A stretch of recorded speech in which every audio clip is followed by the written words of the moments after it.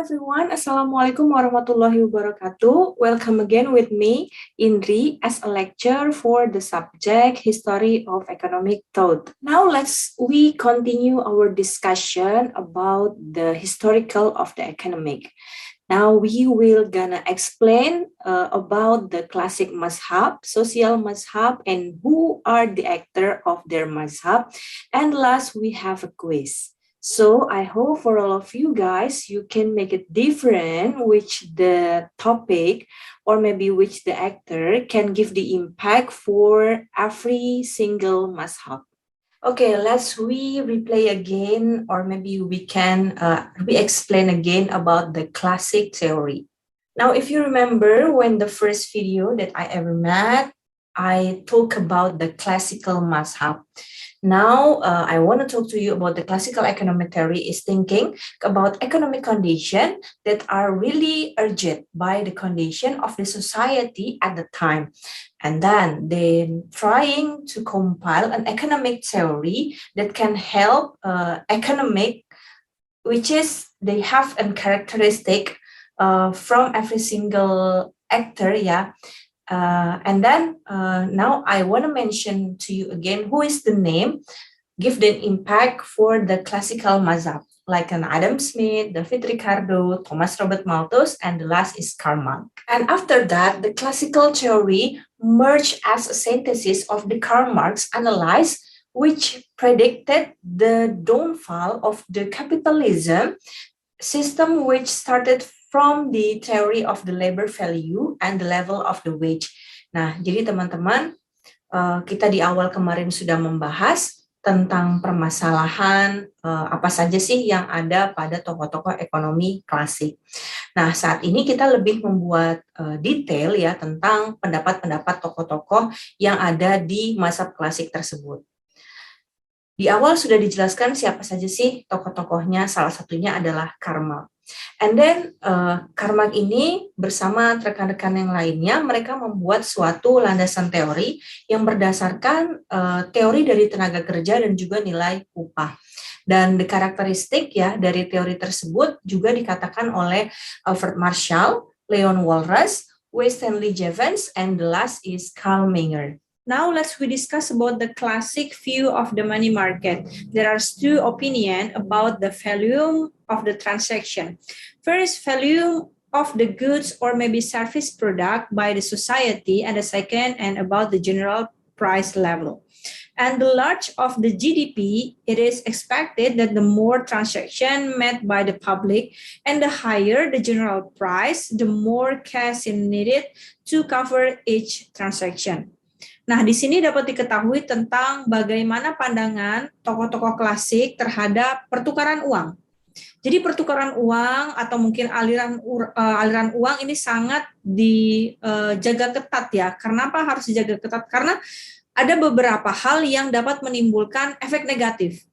Seperti halnya jika kita terus banyak menggunakan ya uang tunai dalam transaksi sehari-hari, angka inflasi akan mudah meningkat. Serta beberapa penyediaan barang dan jasa, baik itu di lingkupnya publik maupun di swasta, semakin banyak disediakan berarti sama saja semakin mengarahkan tentang pergerakan uang yang sangat cepat tadi. Sehingga harus diatur dari segi volume dalam pengadaan barang tersebut agar menjaga volume transaksi yang beredar di tangan masyarakat. Next, we talk about the quantity theory of money. There is a MD or money demand. Yeah, there's a function of key are a function of the price and the quality, which is K is a constanta, and it's about how can we make a supply of the money can equal with the demand of the money. So when you in a transactional, for the economic scope, so there are supply and demand, and supply and demand must be have an equilibrium point, which is the equilibrium point can give the impact for the full employment.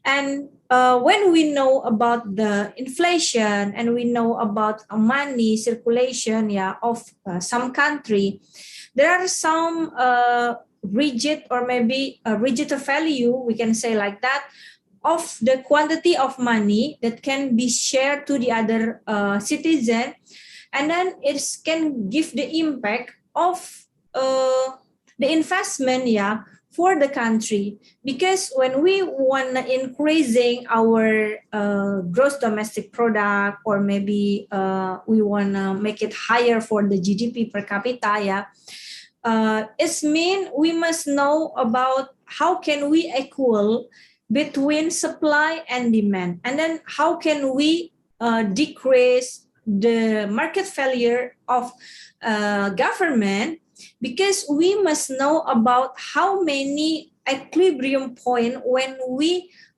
give some overing money, or maybe some overing of some project in this country. Classic also subscribe to the point that the world automatically correct imbalance. Jadi ada beberapa ketidaksinambungan yang terjadi antara perdagangan di perekonomian. Tadi karena di permasalahan di awal sudah dijelaskan tentang titik seimbang antara supply dan demand ini sebenarnya sulit diketemukan, sehingga full employment ini sulit terjadi juga gitu di dalam perekonomian.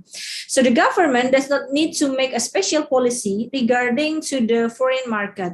Nah, begitu juga untuk di sisi ekspor dan impor, atau kita bilang saja foreign market ini perdagangan luar negeri.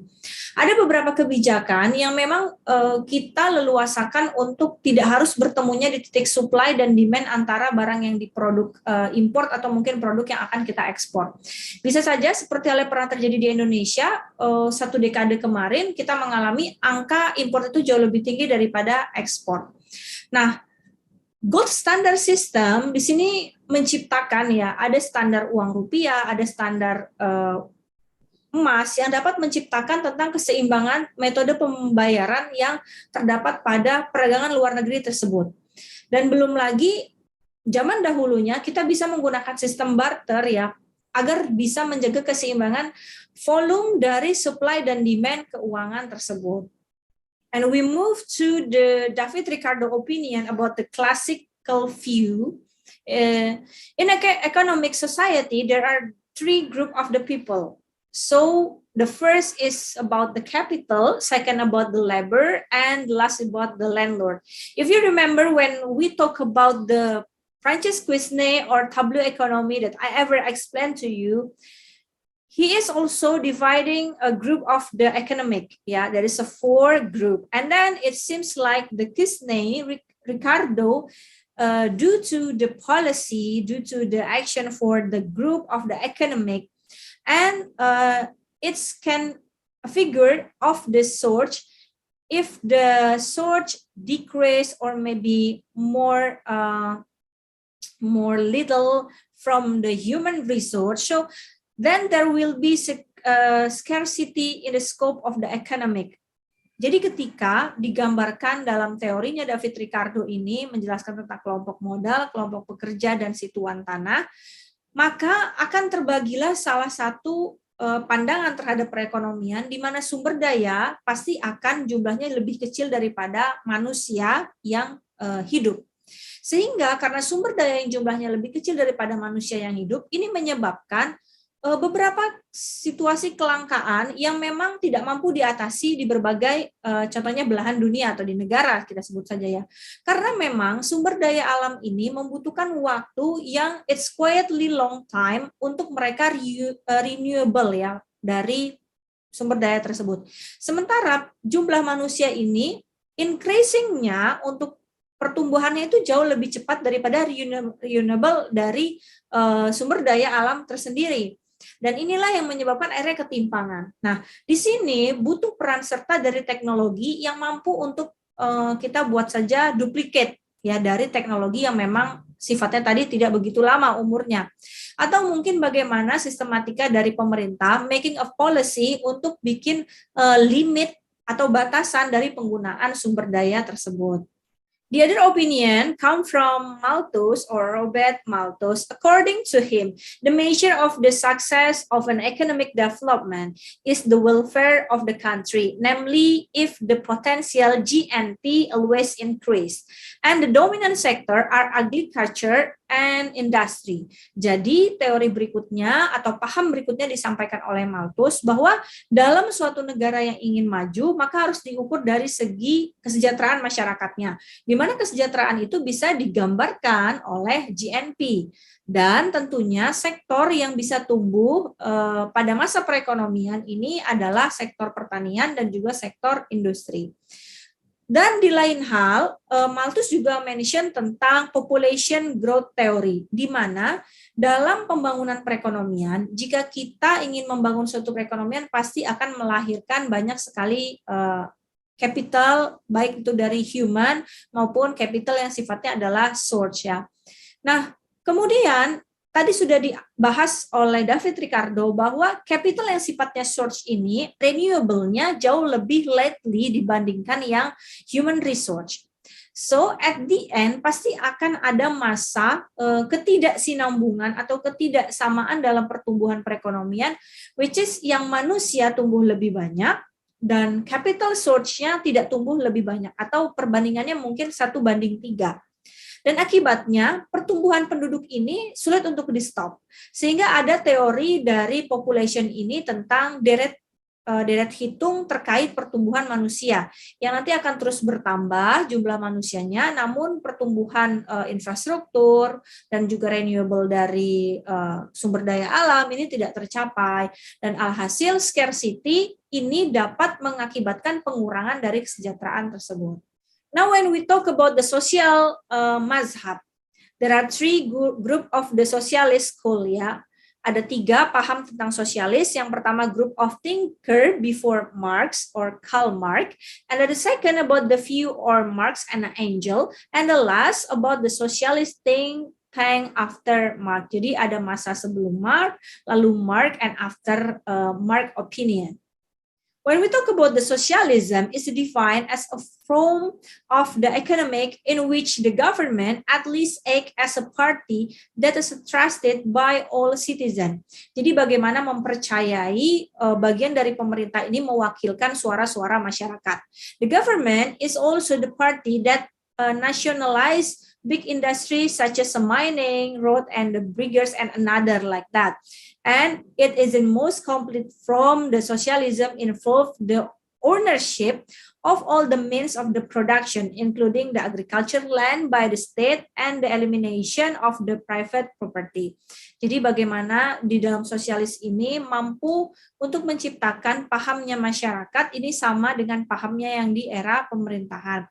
Include terhadap akses-akses atau sektor-sektor perekonomian yang ada pada sektor pertanian ya, atau mungkin beberapa bangunan-bangunan atau sifatnya basisnya industri untuk pembangunan ke depannya, tapi sebisa mungkin mengeliminasi peran dari sektor-sektor swasta untuk ikut campur dalam kemakmuran negara. Before we discuss more about the socialism mazhab, so I want to explain to you about the communism. The word communism has historical been used to describe social system. Goods are owned jointly and distributed together according to the needs of the each member of a community. Jadi tentang komunisme dan sosialis ini seringkali menjadi paham yang saling bersentuhan satu sama lain, atau contoh nyatanya seperti di negara Cina sosial komunis. Nah, komunis ini memang is often called command economy because of the state is the absolute ruler. Jadi merasa bahwa komunisme ini mempunyai peraturan-peraturan yang jauh lebih detail, and is it also called totalitarian economic system, another term for the anarchist, tapi memang akan menimbulkan beberapa sifat yang anarkis dan mungkin akan menimbulkan gap antara pemerintah dengan masyarakatnya. So although the goal of the socialism and communism is the same, sebenarnya tapi tujuannya sama untuk memakmurkan negara, tapi its mean of the achieve this goal are very different. Pencapaian di akhirnya itu atau cara-cara tujuannya itu sangat berbeda. Di satu sisi komunis yang terlalu mementingkan hak-hak beberapa kelompok, tapi tujuannya untuk memakmurkan dan meminimalisir peran sektor swasta. Tapi kalau yang di sosialis maunya semuanya bergerak kerjasama antara pemerintah dengan masyarakat. Nah, perbedaan pola paham ini yang sehingga menimbulkan tadi bangkitnya Karl Marx dan juga Engels untuk menyuarakan tentang sosialis kemakmuran masyarakat itu sendiri. Now it's time to quiz. I hope a lot of you willing to answer this question in a comment box. So I have a question about the look for the difference between each school and explain about utopian communism and community understanding. Saya berharap teman-teman mau menjawab soal ini di kolom komen. Dan ini mengaitkan tentang apa sih perbedaannya teori klasik yang dari awal kita pernah bahas sampai dengan sekarang adanya timbul tokoh atau teori baru dari sosialis ya. Dan di sosialis itu juga ada teori namanya utopian komunisme dan ada juga tentang community yang dapat bekerja sama antara satu sama lain. Nah, kiranya teman-teman mau mempelajari itu dan bantu menjelaskan di kolom komentar. Okay, guys, I think it's enough for the explanation, and this is the reference. You can read more detail if you wanna more explain about this topic. And thank you for watching my video. And I hope a lot of you can get the conclusion what the different case about the classic and then now socialist, and you know which the actor can give the impact or maybe can give some figure of the economic between our country and the other country, or maybe how can our learn about the historical of the economic between somehow in the modern era and when at the time maybe in the 19th century ya, or maybe long time ago. Jadi teman-teman bisa kasih penggambaran atau penjelasan di sini bagaimana sih kita rasakan perbedaannya, apa yang diatur di negara sekarang dan apa yang diatur pada saat di zaman dahulu, dan bagaimana sebenarnya dari pembelajaran yang dari awal ya TM1 sampai dengan TM4 ini kita mempelajari tentang peran fungsi pemerintah itu duduknya adanya di mana. Apakah memang harus dia sebagai regulator saja mengatur kebijakan-kebijakan dan yang menjalankannya tetap masyarakat, atau bisa combine, dan bagaimana kita mampu open ya untuk private sector, dan batasan private sector itu sudah mampu kita jelaskan dari beberapa pertemuan ini. Harapannya teman-teman mampu mengerti dan juga mampu mengklasifikasikan akan fungsi-fungsi tersebut. Sekali lagi saya ucapkan terima kasih untuk teman-teman yang setia menonton dan juga like ya dari video ini. Jangan lupa untuk yang belum like dan juga subscribe, mohon bantuan untuk di like and subscribe, dan see you in the next video. Bye-bye.